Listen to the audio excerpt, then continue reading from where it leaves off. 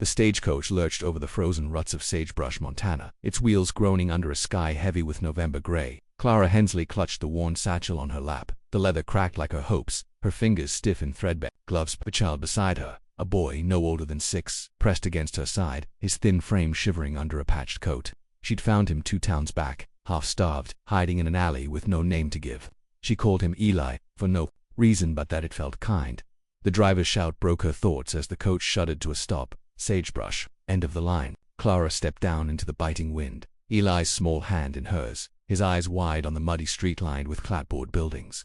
The townsfolk glanced her way, women in shawls, men in dust-caked boots, then turned, their whispers sharp as the cold. Another stray woman, no husband, no kin. Clara's spine stiffened. She'd come for a job, a fresh start, hired by a rancher named Thomas Grayson to clean his home. A letter, curt but clear, had promised board and wages. She tugged her shawl tighter, the wool scratching her neck, and led Eli toward the general store where Grayson was to meet her. The bell jangled as she entered, warmth from a potbelly stove fleeting against her chilled skin. A man in a flannel shirt looked up from the counter, his gaze narrowing. "You Clara Hensley?" "Yes, sir," she said, voice steady despite the knot in her chest. "Here for Mr. Grayson," he snorted, leaning back. "Grayson ain't cumin. Sent word this morning. Says he don't need a housekeeper no more, specially. Not one draggin' a kid." His eyes flicked to Eli, who shrank closer to Clara. "Ain't no place here for your kind." The words landed like a slap, though she'd heard worse. Your kind, unwed, unknown, unwanted. Her jaw tightened, but she wouldn't beg. "I see," she said, turning to the door, the satchel heavy as regret. Outside, snow began to fall, dusting the street in silence. Eli's hand trembled in hers. She knelt, adjusting his scarf, her breath clouding. "We'll find a way," she whispered, more to herself than him. The town loomed cold and unforgiving, but Clara's heart, bruised as it was, refused to break. The wind howled through Sagebrush's narrow alleys, carrying flakes of snow that stung Clara's cheeks like accusations. She led Eli down a side street, her boots crunching on the frozen ground. The satchel slung over her shoulder, digging into her collarbone. The boy's steps faltered, his breath shallow, and she tightened her grip on his hand, willing her warmth into him. The boarding house loomed ahead, its sagging porch lit by a single lantern swaying in the gusts. Clara knocked, her knuckles raw against the splintered door. A woman answered, her face sharp as the November cold, gray hair pulled tight. "No rooms," she said, before Clara could speak. Her eyes flicked to Eli, then back to Clara's plain dress, the faded shawl. "Not for you. Try the livery stable, they take strays." The door slammed, the sound echoing in Clara's chest. She stood still, the rejection settling like frost in her bones. Eli looked up, his lips chapped, eyes questioning but silent. She forced a smile, thin as the ice on the nearby trough. "Come on, little one," she murmured, leading him toward the stable at the edge of town. The scent of hay and manure hit her as she pushed open the heavy door, the darkness inside broken by slivers of lamplight. A stable hand, chewing tobacco, pointed to a corner piled with straw. "Sleep there. No fire. Don't steal nothing." Clara nodded, spreading her shawl over the straw to make a bed for Eli. She tucked him in, her hands trembling from cold or anger, she couldn't tell which. The boy curled up, his small body a shadow against the rough wood. She sat beside him, her back against a stall, the distant whicker of horses the only sound besides the wind. Her fingers traced the satchel's frayed edges, where a single letter, Grayson's broken promise, lay folded. "No place for your kind." The words burned, but she swallowed them, her jaw tight. She'd survived worst, her father's shame, her sister's betrayal, a town that called her ruined. Here, in this frozen nowhere, she'd survive again. The straw pricked her skin through her dress, and the cold seeped into her bones. But Clara's eyes stayed dry. She watched Eli sleep, his breath steadying, and vowed to carve a place for them both. No matter how sharp the world's edges. The dawn broke over Sagebrush, a pale light filtering through the livery stable's cracked walls, painting stripes across Clara's face. She hadn't slept, her body stiff from the cold straw, but she rose before Eli stirred, brushing hay from her skirt.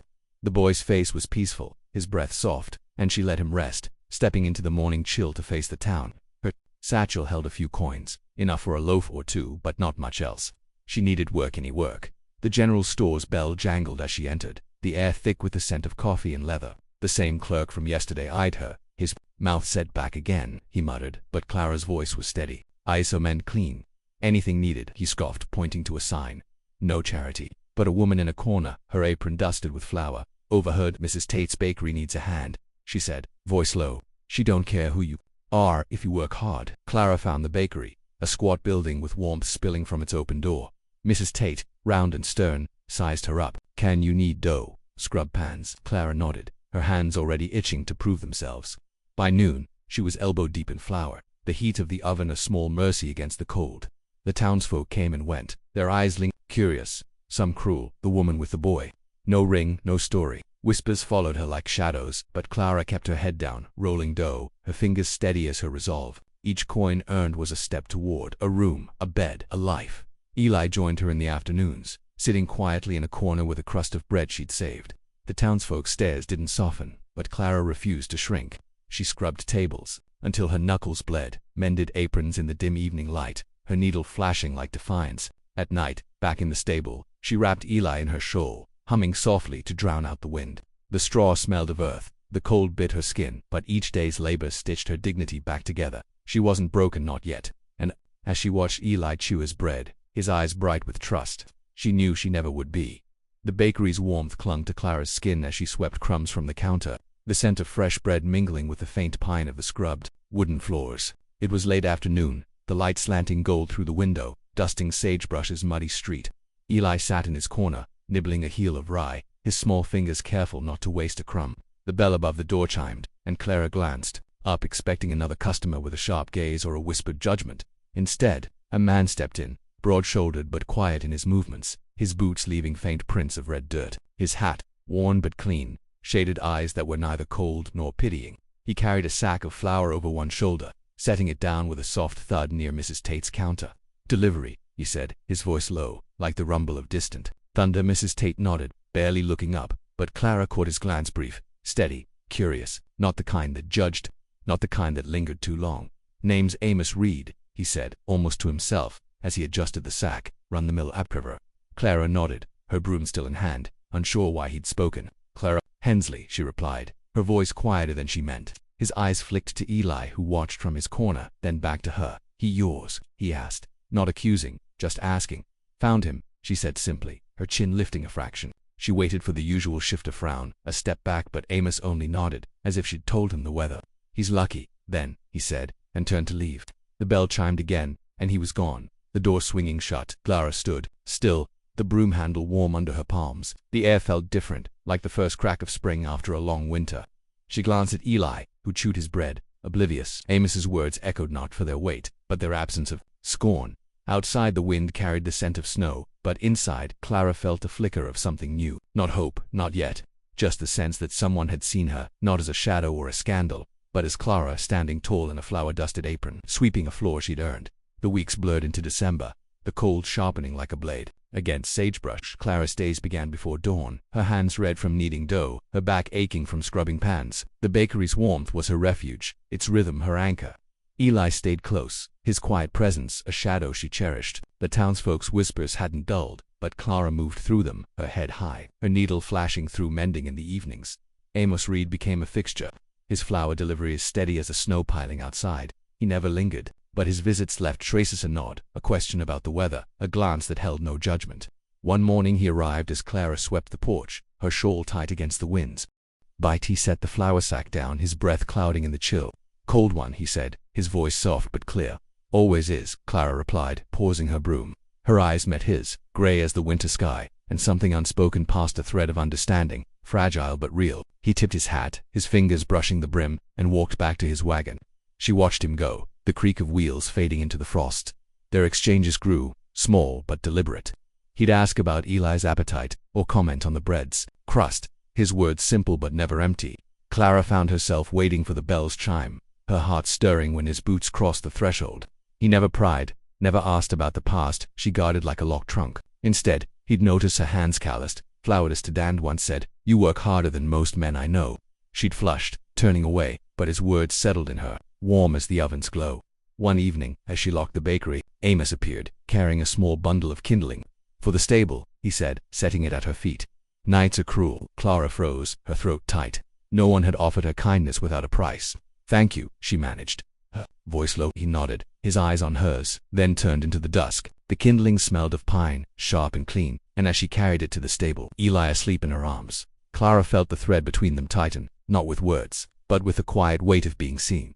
Winter deepened, wrapping Sagebrush in a hush of snow that muffled the world. Clara's days in the bakery stretched long, her hands moving from dough to needle, stitching aprons and mending shirts for extra coins. Eli grew stronger, his cheeks less hollow, his eyes brighter when she tucked him into the straw at night. The stable was no home, but Clara had rented a corner room above the bakery, its walls thin but warm, a small victory stitched from her labor. Amos's deliveries came like clockwork, each visit a quiet stitch in the fabric of their connection. He'd linger a moment longer now, his words sparse but waited a comment on the frost, a question about Eli's coat. Clara noticed his hands, rough from the mill but careful when he set down the flour sacks, as if he understood the value of things that endured. One evening, as the bakery's oven cooled and the sky burned orange beyond the window, Clara sat at a small table, her fingers working a needle through a scrap of blue calico. She'd saved the fabric from a torn dress, piecing it into a scarf for Eli, but her thoughts drifted to Amos's quiet presence, his lack of judgment. On impulse, she cut a second strip, her needle flashing in the lamplight, stitching a simple pattern of stars. It was for him, though she barely admitted it to herself. The next morning, Amos arrived, his coat dusted with snow. Clara's heart thudded as she handed him the folded scarf, her fingers brushing his. "For the cold," she said, her voice barely above the wind outside. His eyes widened, then softened, tracing the careful stitches. "You made this?" he asked, his voice low, like he held something fragile. She nodded, looking away, heat rising in her cheeks. He didn't say more, just tucked the scarf into his coat, his fingers lingering on the fabric as he left. He turned back, his gaze steady. "It's fine work, Clara." The bell chimed, and he was gone. But the air felt warmer, the scent of bread and pine lingering. Clara returned to her work, her needle steady, but inside something shifted, a small risk taken, a quiet hope sewn into the stars she'd stitched, glowing against the winter's weight. February's thaw softened sagebrush, turning the streets to mud that clung to Clara's boots as she walked toward the town square. The annual market day bustled with live tables laden with preserves, bolts of cloth, and smoked meats, the air thick with the scent of cider and wood smoke. Clara carried a basket of her own baking small tarts she'd made after hours, their crusts golden, filled with preserved apples. Eli trailed beside her, his new scarf snug around his neck, his eyes wide at the crowd. She'd saved enough for a proper coat for him, a small triumph against the winter's bite. The townsfolk's glances still carried weight, some curious, others sharp, but Clara held her chin high, her shawl draped like armor. She set up a table, arranging the tarts with care, her hand steady despite the whispers. The woman with no past, the boy with no name. She ignored them, offering a tart to a hesitant customer, her voice calm. "Try one, they're fresh." Amos appeared through the crowd, his broad frame parting the sea of coats and hats. He wore the scarf she'd made, the blue calico bright against his weathered jacket. Their eyes met, and he nodded, a quiet acknowledgement that warmed her more than the weak sun. He approached her table, his boots sinking into the mud. "Those tarts look fine," he said, his voice carrying over the market's hum. He bought two, handing one to Eli, who grinned, crumbs already on his chin. The crowd noticed, heads turned, murmurs rippling. Amos Reed with her, the miller. Clara felt the weight of their stares, but Amos stood close, unbothered, his presence a shield. He didn't speak much, just stayed, helping her stack empty baskets as the tarts sold. When a woman sneered, "Charity don't make a lady," Amos's gaze hardened, but he only said, "Good work deserves good company." The woman flushed and turned away. Clara's heart steadied, her hands brushing flour from her skirt. The market's noise faded, and for a moment was just the mimosa's quiet strength, Eli's shy smile, her own resolve. The mud smelled of earth, the air of spring's promise. She stood taller, not for the town, but for herself, and for the man who saw her as she was, tarts and all, under a sky breaking open with light. The March night settled over Sagebrush, stars sharp against a velvet sky, the air crisp with the scent of melting snow and pine. Clara sat on the narrow porch of her rented room above the bakery, a quilt draped over her shoulders, its patches stitched from scraps she'd saved. Eli slept inside, his soft snores a steady rhythm through the thin walls. She'd lit a single lantern, its glow pooling around her, casting shadows on the rough boards. Amos appeared from the dark, his boots quiet on the muddy path. He carried a small bundle of kindling, as he often did now, setting it by the steps without a word. But tonight, he didn't turn to leave. He stood, hands in his pockets, the blue scarf she'd made loose around his neck. "Mind if I sit?" he asked, voice low, like he feared breaking the night's stillness. Clara nodded, scooting over on the bench. He sat, close enough for her to feel the warmth of his shoulder, the faint scent of sawdust and river water clinging to him. They were silent for a long time, the stars above unyielding, the wind carrying the distant howl of a coyote. Her heart thudded, not from fear, but from the weight of what might come. "You're not like them," Amos said finally, his eyes on the horizon. "This town, they judge what they don't know. But I see you, Clara, the way you carry Eli, the way you work, the way you don't bend." His voice was steady, but his fingers fidgeted with the scarf's edge, betraying a rare uncertainty. "You make things better. You make me better." Clara's breath caught, her hands tightening on the quilt. She wanted to speak, to guard herself, but his words unraveled her defenses. I'm just me, she whispered, broken pieces and all. He turned to her then, his gray eyes catching the lantern's light. Those pieces are enough, more than enough. His hand found hers, rough but gentle, and she didn't pull away. The touch was a confession, a promise. He leaned closer, and their lips met, soft and brief, like a vow sealed in starlight. When they parted, her heart was full, the quilt warm against her skin, the night no longer cold but alive with quiet, unspoken hope. Spring crept into Sagebrush, the hills greening under April's hesitant sun, the air sharp with the scent of damp earth and budding sage. Clara stood outside the bakery, her hands dusted with flour, watching Eli chase a butterfly through the muddy yard.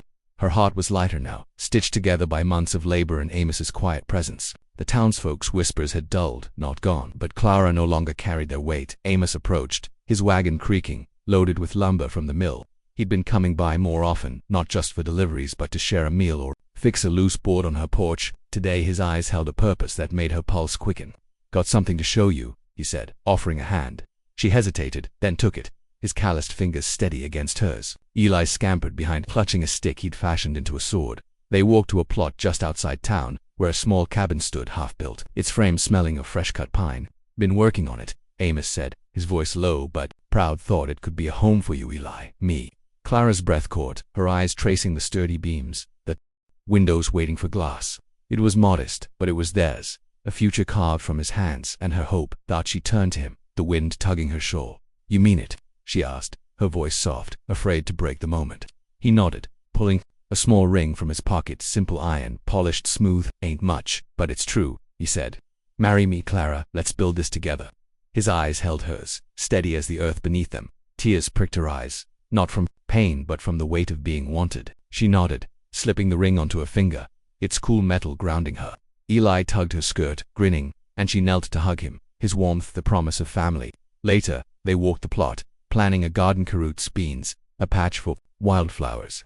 The soil was soft under her boots, the air alive with possibility. Amos's hand brushed hers as they worked, and Clara felt the roots of a new life taking hold, deep and unyielding. In the spring's tender light, the June sun hung low over Sagebrush, bathing the hills in gold as Clara stood on the cabin's new porch, her hands smoothing the calico dress she'd sewn for the day. The iron ring on her finger glinted, simple but heavy with meaning. Inside, the cabin smelled of fresh pine and bread she'd baked that morning, its warmth mingling with the scent of wildflowers Eli had gathered in a tin cup. The town had gathered nearby, not for a grand wedding but a quiet union, the kind that fit her and Amos and Fusi. True. Amos stood beside her, his broad frame steady in a clean shirt, the blue scarf she'd made tucked into his pocket. Eli scrubbed clean, fidgeted between them, his coat too warm for the day but worn proudly. The preacher's words were brief, his voice soft against the hum of crickets. When Amos took her hand, his grip was firm, his gray eyes saying more than vows ever could. "I do," he said, and Clara echoed, her voice clear, no longer shadowed by the past.